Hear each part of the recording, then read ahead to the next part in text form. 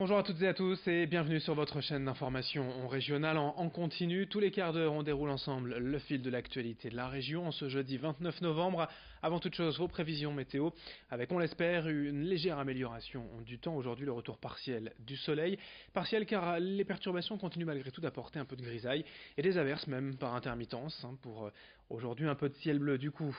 Attendu quand même, en ce jeudi, le temps restera instable par moments, du soleil mais aussi de la pluie. Et du côté des températures, comptez de 11 degrés à Lille cet après-midi, 10 degrés à Saint-Omer, Dunkerque et Boulogne, 9 degrés à Calais. Les prévisions complètes bien sûr juste après ce journal.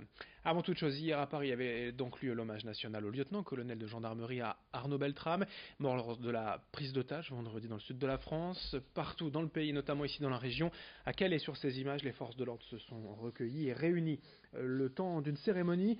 Les policiers municipaux et nationaux, CRS, gendarmes, personnel du SAMU, élus, mais aussi quelques citoyens ont bravé la pluie battante, vous le voyez, dans la cour de la caserne de gendarmerie mobile à Calais. Un hommage qui a commencé par une minute de silence, suivi de la Marseillaise, puis d'une prise de parole de quelques minutes du sous-préfet. Des images sur place hier à Calais, signées de notre journaliste Louis Caillé. On passe à toute autre chose dans l'actualité de la région. Le festival Sérimania à Lille du 27 avril au 5 mai se précise un peu plus chaque jour.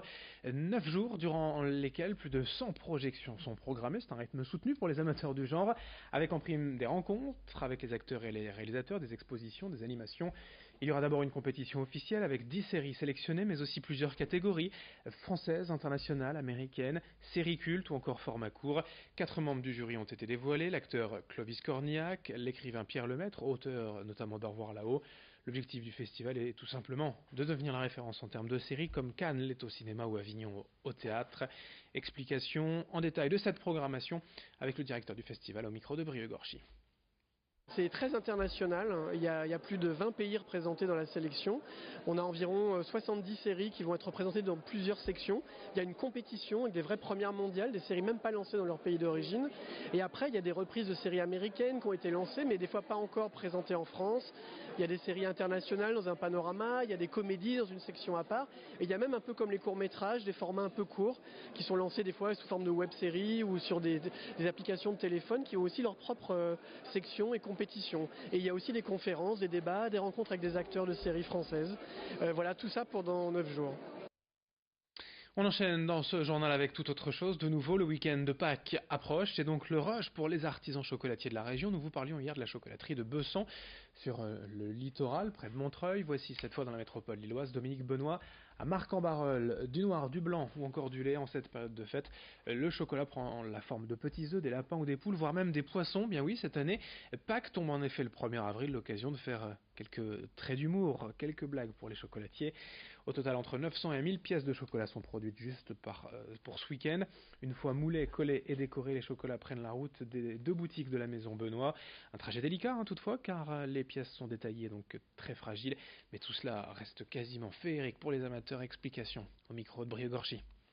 Je me lève le matin, je mange du chocolat, et puis je pense que mes gars qui bossent avec moi c'est pareil, quoi. Ils sont pas, je pense pas qu'ils soient dégoûtés du chocolat, et puis il y a pire comme métier, je pense. Ça fait rêver un peu, ça fait rêver les gens, le chocolat, quoi. Bon, après c'est pas un métier facile non plus, quoi. On idéalise un petit peu le côté, ça doit être sympa de faire du chocolat, mais bon, c'est un métier aussi où il y a des périodes qui sont dures, quoi. Dans le reste de cette édition, le grand angle de la rédaction est direction la Belgique pour ce long week-end de 3 jours, à la découverte de Gand, à seulement 1 heure de route de Lille, une ville chargée d'histoire qui accueille 1 million de touristes chaque année, dont notre journaliste Vincent Vieillard.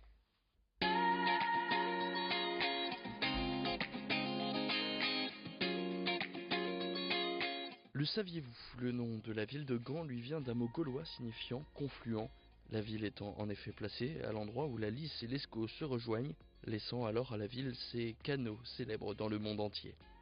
Créée en 630, la commune a prospéré et a rapidement grandi. Ses bâtiments les plus connus ont été bâtis entre le XIIe et le XVe siècle. À l'époque, la ville était même plus grande que Londres. Aujourd'hui, Gand est la 2e plus grande commune de Belgique, derrière Anvers, avec ses 270 000 habitants, et c'est même la première ville étudiante de Belgique, avec ses 70 000 étudiants. Une ville décrite comme authentique qui attire 1 million de touristes chaque année. Si vous visitez la ville, il y a pas mal de monuments à Gand. Il y a aussi beaucoup d'églises avec naturellement l'agneau mystique qu'il faut visiter. Il y a aussi la St. Michiels, c'est une église qui n'est pas si connue, qui vaut aussi de la peine de visiter. Et des musées naturellement, on a très beaucoup de musées, on a le musée SMAC, l'art moderne, on a aussi le Design Museum, qui a en ce moment une très belle exposition.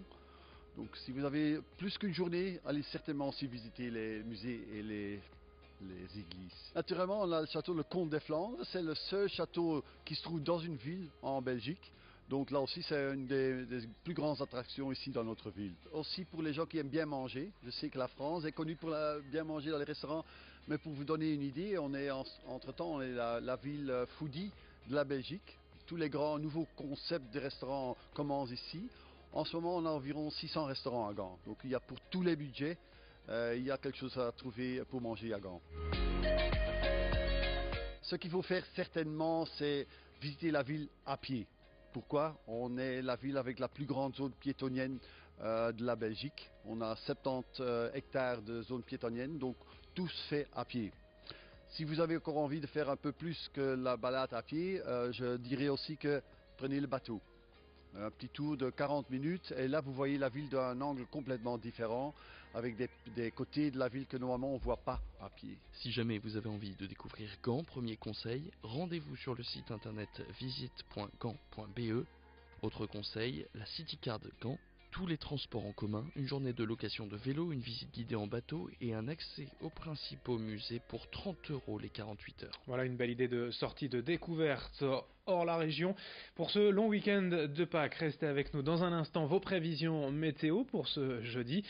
On le disait en début de flash, tout de même une légère amélioration du soleil en partie prévue aujourd'hui, même si les perturbations nuageuses et pluvieuses ne seront jamais bien loin. Merci de votre fidélité, très belle journée à toutes et à tous, ensemble bien évidemment.